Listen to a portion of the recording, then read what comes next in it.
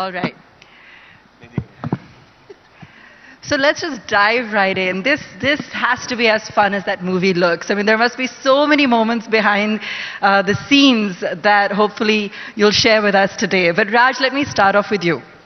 You know, you're known for the unconventional in the roles you choose and the kind of lengths you go to actually create those roles and make them ones to remember. Whether it's shaving your head, whether it's a weight change, you've got a whole host of others coming up with Anubhav Sinha, with Dharma.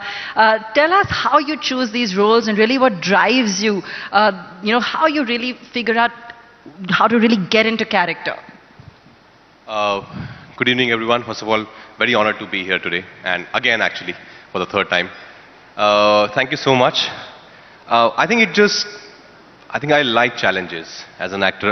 When I started, my first film was LSD, Love, Sex or Dhoka, which itself was such a big risk. And I think since then, you can say it's my training at the Film Institute, the kind of people I admired, the actors I admired while studying there, Daniel Day-Lewis and Robert De Niro, Meryl Streep, and the process and the passion they have for their craft. That's what inspires me to go to any length for my characters as well. And I don't like things which are too simple.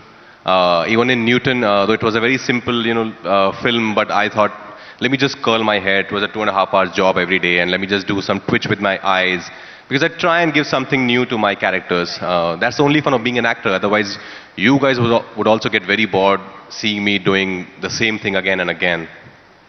Absolutely. And you've got a whole host to your credit now. White Tiger, Ludo, and now Monica, oh my darling. I'm going to come back to you on some behind-the-scenes moments. But Radhika, let me come to you next. Welcome back to Netflix. Thank you. So what explained the hiatus? We had all those memes in the middle, and then there was a little bit of silence. You also went out and worked for some of the other OTTs. What was that experience like? We are still renewing the contract, Netflix and I. Sorry, jokes apart. First of all, thank you so much for having us, and good evening, everybody.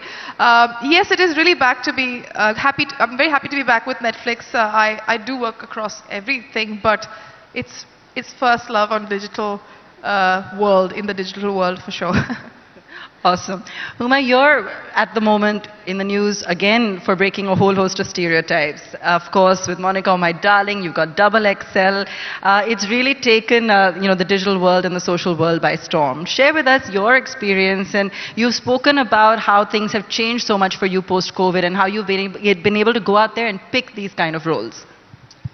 Good evening, everyone. No, absolutely. I think for me personally as an actor, definitely post-COVID things have changed a lot, and I think OTT has a huge part to play in that, whether it's been, say, a Maharani, or actually started with Netflix with Leila, a few years ago before that, and that was just the time when even Radhika was doing so much with Netflix, and I think we were the first women really to be headlining our own shows and to be doing that. And this was a time also when everybody was like, oh, don't do OTT, because, people will assume that you probably don't have a film. And that was the mindset. And today we're in a day and age where actually, it's completely a reversal of the situation, where today the credibility that working with a platform and the love and the reach that you get is immense. And I'm very happy that, it's sort of also empowered me in a way as an actor to also make braver choices. Like today my film releases Double XL, which is a theatrical film as well. Which is talking about, body shaming and talking about body positivity and female friendship. Maybe a few years ago, I wouldn't have had the means to, put together a film like that. But today it is releasing, and hopefully, it'll get the love that it deserves. But yes, the idea is to try and constantly push the envelope and try and do subjects that appeal to you, and try and create female characters that are real, living, breathing, three-dimensional characters, as opposed to just being cookie cutter. Well, talking about breaking stereotypes, and Vasant, in terms of genres, this is, or you've always paid tribute to the Vijay Anand era, and, you love the dark comedy genre. Does OTT allow you to experiment a lot more? What more would you like to see when it comes to the digital medium and the kind of work that you experiment with? Yeah, everything's, all like major platforms or avenues, they start off with the correct ideology and with the correct ideas in place. It's only when it gets too successful the problems start. But I think as of now, it's in a right space wherein the OTTs plus theatricals, they have seen their rounds of success and failure. So now I think the shoulders back on their head, and we're not really going ahead of ourselves, but backing content and trying to go with a vision, and not trying to go with preconceived notions of what works and what doesn't. So I think it's a cyclical nature, everything is. And now I think we are in a nice, comfortable space wherein even in the future you will see films, especially on OTT, back more with a vision rather than just algorithm or what works. Okay. Raj, talk to us about the experience of Monica, Oh My Darling. You know, the working with everybody here, the kind of role that you had to play this time, some of the differences, you know, in character, the comedy, the darkness, what was different, what was exciting, what was exhilarating? Well, Monica, My Darling is one of the quirkiest scripts I read till date. And I loved the script the moment I read it, and I knew that Vasan was editing it. And I've been a big fan of Vasan's work. I've known him for a very long time now and wanted to work with him. He doesn't know it, but when he was making Mat Kudar Nahi Hota, I got to know that he's looking for a martial artist. And me, being a trained martial artist, I actually called Anurag sir. And I said, sir, मैं भी martial artist हूँ. And he said, कि तेरा कोई video है? And I sent him actually a video, a small clip of mine where I'm kicking a football. It's on my Instagram somewhere. And of course, nothing worked out after that. But anyways, I'm glad it happened with Monica. So big fan of Vasan since then. And Shriram sir, whose brainchild is this story is, I think we all love him, the kind of films he makes. And these two ladies sitting here, Huma and Radhika. Huma is a very close friend as well. आप लोग हमें मैं Patrulekha, Huma, another friend Vivek, we chill at home also, almost every day, just doing bakwas ki baatein. And both are brilliant actors. Radhika, I never got a chance to work with her, always wanted to work with her. And I think, but this is not enough. I think we need to do another film together. Same goes for Huma. But I think this was a very easy set. You know, the kind of environment Vasan created on set was, everybody was having fun with their lines within the scenes. And Vasan never really pressurized us. He kept us free. He would give us that freedom to improvise and come up with our own stuff sometimes, which I love personally. So I think it was a very easygoing set. We shot during COVID, just right after the second wave. Yeah, it was tough that way, but I think we never really got any pressure, thanks to the great production team. Vasan, what was it like reconnecting with everybody? So, I mean, obviously we used to bump socially on and off, but this is something that was really special. I mean, this is a film that I was dying to make. The script I really loved, and the cast that came together. I mean, then after that it was like really exciting every day, and also watching their individual processes was also fun. Because what I like about Raj is he first gauges what his co-actor wants to do and just goes according to the co-actor. He doesn't impose whatever he wants to do. So which was something lovely that I observed. And I think everyone gets affected by each other's performance, which means that one is not really in one's own bubble, but actually there at that moment wanting to experience characters. So I think all these things I could feel on set. Whenever they were acting, they were taking off each other's energies. There was a lot of respect, and it's a joy to watch. Yeah, when you know those kind of energies happen. Okay. So Huma, you're playing a femme fatale in Monica, Oh My Darling, which is not quite a vamp, right? Tell us a little bit more about this character.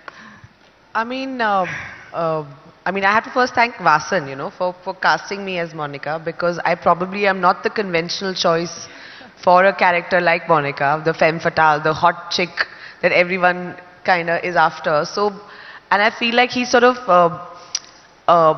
so if I get any appreciation for this character or whatever, I think, it's a character I think we've created together, because it's also the maker has to first see it, and then as an actor you also contribute and you create like that character. It's fun. I mean, the only thing that was important for me is that, you know, whenever you see a very ambitious woman or a very hot woman, one comes with a lot of preconceived notions about her morality or who she is and all of that. There's a lot of judgment that comes along with it. So we were just having fun with it, that how do you like break that and also see her as a person. I think we managed to do that. You know, because what you see is not what you get with all the characters actually in the film. And the same is true for Monica as well. I think it's definitely one of my most favorite performances that I had, also such amazing actors to play with. I mean, although Radhika and I, we've done 2 films now, but we've never really had a scene together. So I blame Vasan and I blame Sriram, because you were in Badlapur together and we never had a scene together. And Feels like we've worked together, but we haven't actually, technically speaking. Absolutely. No, although Vasan did create a moment which was never there in the script, where it's like his Paro Chandramukhi moment, where we sort of meet, but we don't really meet. It was like Take it that. out. Yeah. And Raj, of course, is a very dear friend and one of the best actors we have, in the country. And like what Vasan said, he's just a great actor to just play off. Like there's never like, oh, ye meri line hai, tu aise kar. Like some people come with a lot of like blocks. Yeah. It was just easy. And we had some really like beautiful scenes together that I'm very, very proud of. And I've said that to him. So thank you, Raj. Spoiler alert, but I'll say it. There's a scene, please go and check whenever the film comes out on 11th November. There's a scene between me and Huma, which is actually a physical fight scene. You have to watch out for that. It's okay, spoiler alert, but yeah. It's one of the best scenes ever, I think. Too much fun we had. No, and don't go by the trailer. There's actually a lot of surprises in this film from get-go. And Radhika, you have a lot of fun toying with his character in the film. And it's based on a Punekar. I think you're from Pune. Is this based on anyone in real life? No. There's a personality inside Vasan, maybe based on that little person inside him. But no. No, it's such a fun character. Someone who absolutely adores authority. So could be based on a lot of people. And that's breaking stereotypes in itself, isn't it? And I think you say that in the film. Yeah, absolutely. It's, as Huma was saying earlier, I think he makes, he's even my casting, I was so surprised that he approached me for that part, and it's so nice for actors in general to be challenged like that and put in uncomfortable situations and say that, okay, you've never done this, now do that. So I'm very grateful. Vasan, what's with the robots in the film? Should I say it's about time the robots reach Bollywood, or where did they come from? So our film is an adaptation of a Japanese novel, and the robots were there in the Japanese novel, and being Japanese, anything can be there. So. All right, cool. We won't give away too much, but you'll see that as well when you do watch it. Talk to us a little bit about what your favorite moments were in the film. A favorite moment, the most difficult to film, or the funniest, or anything that you can share with us behind the scenes. I think we went with the flow. What happens in movies is you write the script, but then you shoot for logistics. Unfortunately, not every director or every filmmaker has the bandwidth to shoot chronologically. We kind of took the bull by the horns and kind of shot all the really heightened emotion scenes very early on, which I was really jittery about. But now looking back, I think glad it worked out, and probably, it probably worked out for the best. So you never know. Cinema is a very unpredictable medium. There's no ideal way to shoot a film.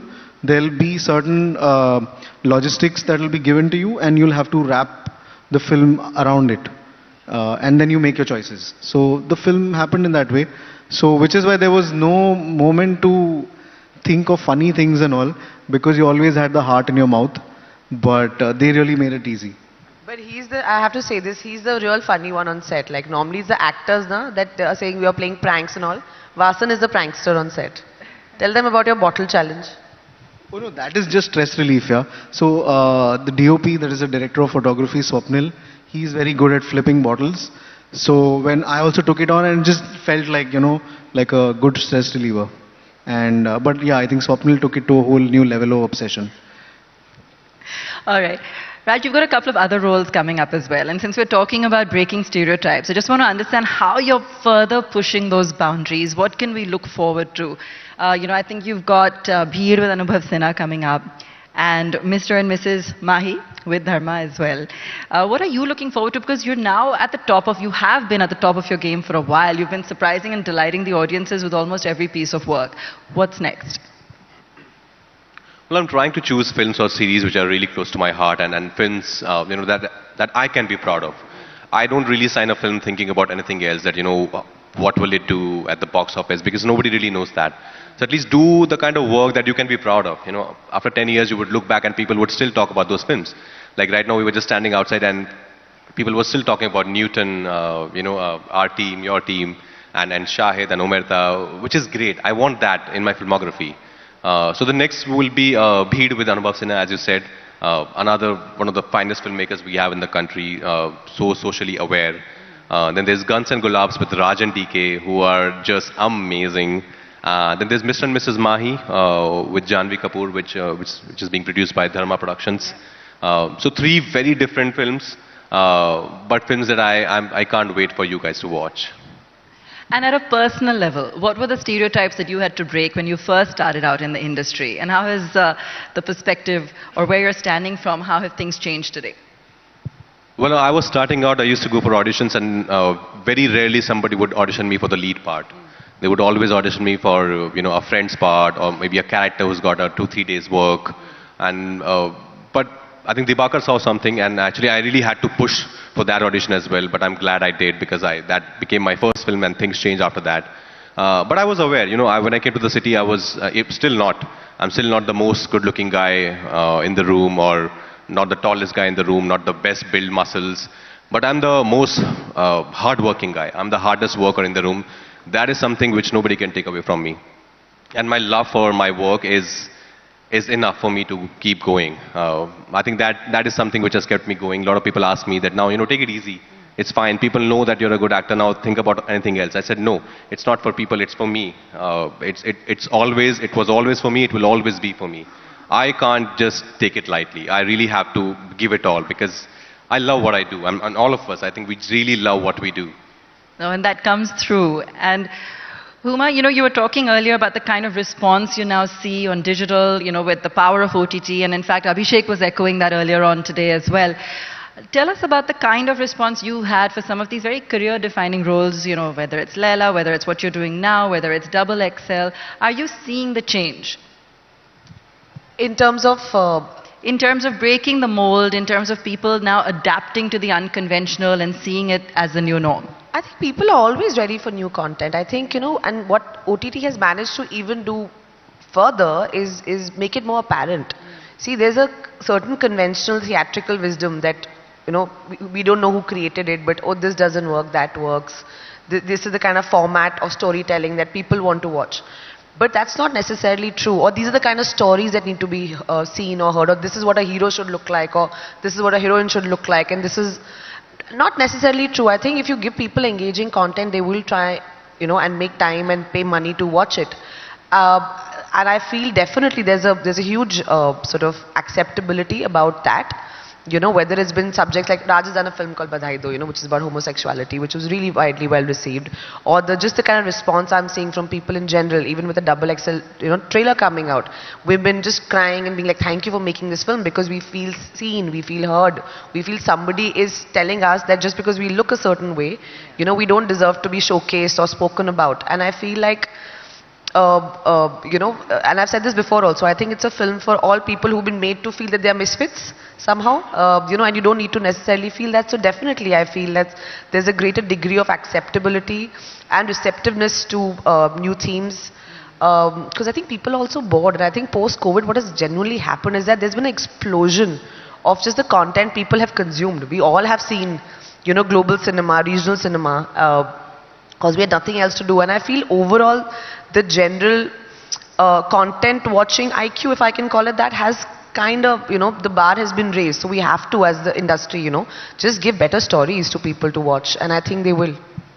Are you getting comparisons to Helen post the release of this song? Comparisons to Helen and the original?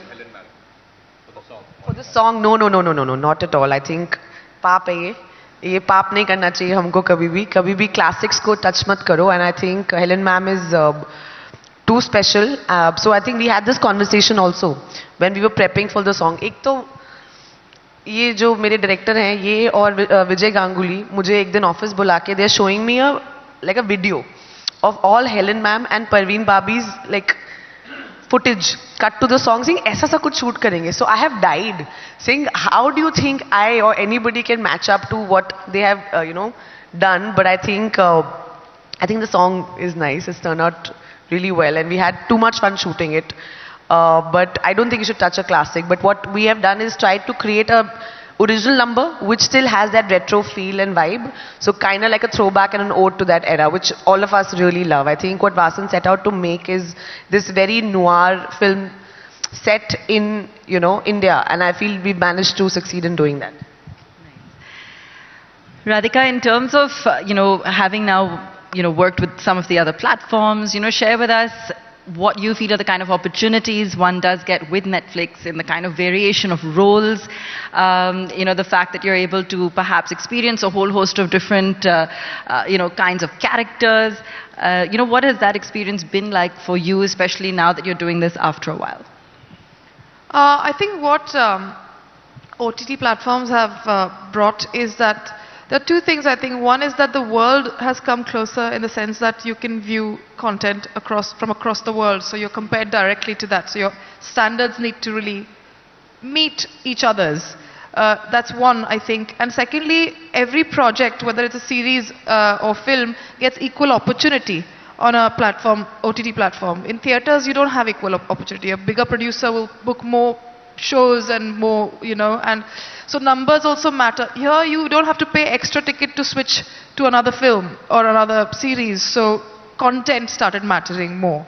And so I think because content mattered, then performances also mattered, writing mattered, everything mattered. And I think that's why, there is more content in general, there's more employment generated. So that's why a lot of people finally have work, and people who are so good and haven't been able to fetch as much work because of the numbers and the mathematics of the business are now getting the opportunities. So let's wait another 4 years and see where we are at. And you also have a vantage point in terms of what's happening globally, in terms of the way OTT has allowed some of the content from here to be at par. And again, Abhishek on an earlier panel today was also talking about how very often some of our releases here are part of the global top 10. Do you feel even in terms of the topics that we're choosing, we are now a lot more international, we are covering more ground, we are bringing to the world some of these very genuine stories and issues? I think we are expanding, right? In the sense that the more content, the more people need to come and make films and series, and then so the more, I hate the word outsiders, but I'm going to use it because the more people come from different backgrounds and diverse backgrounds, they will tell their stories. When people from every different, background, history, they tell their own genuine stories. They are universal. The more honest you are, the more universal you are. So I think that's also why. Okay, Vasan, what's the one Bollywood stereotype you absolutely detest? I mean, stereotyping is obviously. I mean, we were tone deaf for a very long time. So I think we are now waking up and trying to understand other point of views. Earlier, I think we were pretty lazy and also had the privilege of ignoring any other point of view, but whatever was working. So we could categorize people, we could just, in broad strokes. I think now the conversations have opened up, so there is no one Bollywood stereotype as such, because some over the period of types could be loving as well, like use of songs and all. I don't really detest them, but I think talking about people, talking about race, talking about caste, talking about class, I think, and gender, I think those are the stereotypes that probably need an awakening, and probably now there is a lot more aware conversation that is happening. So slow and steady, nothing should be, even this change shouldn't be arm twisted. Otherwise, then everything becomes the same. So. Fair enough. In terms of what you've perhaps enjoyed on streaming platforms of late, anything else that you find has perhaps broken across boundaries, that has stood out, whether it be in terms of a story or a role? Huma, would you like to take that one? Well, I really enjoyed Squid Game. I mean, I really, really enjoyed Squid Game. I don't know, and I'm eagerly waiting for season 2. Well, good to know, good to know. Raj, what about you? I enjoyed Money Heist a lot. Yeah. That was a Spanish show, a show which was released in Spain, and not many people actually took notice of that. And then Netflix picked it up, and then it became a rage. Now we all know who Professor is, who Tokyo is. So I think, yeah, that's the reason I think OTT plays such an important part in bringing cinema along the whole world, making it one. Because I would have never been able to watch a Money Heist or a Squid Game earlier. So I think now White Tiger is reaching in US, in UK, in Singapore, India, and we're hopeful for Monica My Darling as well, that it would release in more than 196 plus countries and we would get the same kind of love. Absolutely. As an actor, Radhika, how do you prioritize in terms of the various roles that you get versus, balance in all the other passions that you probably have in personal life? How do you prioritize? Do you get time to do everything? And, what's the next goal for you? I am just learning to prioritize. I think after the pandemic, I think it was a good wake-up call in a way to understand that there are so many other things I like and I want to also be able to do that. So just becoming more choosy, picking work that is purely, because I like it, and also learning different things, using my time in the best possible way. And Huma, you've spoken about this too. You've talked about how, post the pandemic, it's really changed your worldview. Give us an insight into that again and how it's changed you as an actor in terms of how you think. I know, I just stopped caring too much about what other people were thinking. And I was focusing more, I am trying to focus more on my craft and what I want to put out there in the world. I think what happens is when you're in this journey of, being an actor or an artist, you get so sometimes bogged down by external opinions. And I think I maybe somewhere in the middle kind of lost my way, where I wasn't so sure, or at least I wasn't backing my own instincts. I think what it allowed me to do these past few years is just slow down and be like, okay, question my reasons for what am I doing, why am I doing, what do I want to leave out there in the world. And I feel it's really made me braver and not so concerned about too many external opinions as opposed to my own internal voice. And I think that's a very, it's a very peaceful space to be in. So I could be doing films or characters or attempting things and they may not work and I may fall flat on my face. But it's fine because, I'm just going to have fun because we have to stop taking ourselves so seriously anyway. Absolutely. Raj, you never get complacent after so many hits and successes, and you're never tempted to get a little bit complacent? No, I can't, because this is the only thing which keeps me alive, which keeps me going, and as I said earlier, I can't take it lightly. My best time, I think, of my life is when I'm in front of the camera and I'm on a film set. That's where I'm the happiest, apart from being with Paduleka, of course, yeah. Wonderful. Thank you all so much and all the best with this latest release. We hope to see a lot more of you here on this platform. A big round of applause to our panelists, please. Could I also request Dev Bhattacharya to join us on stage to offer a vote of thanks, Group Executive President at Aditya Birla Group.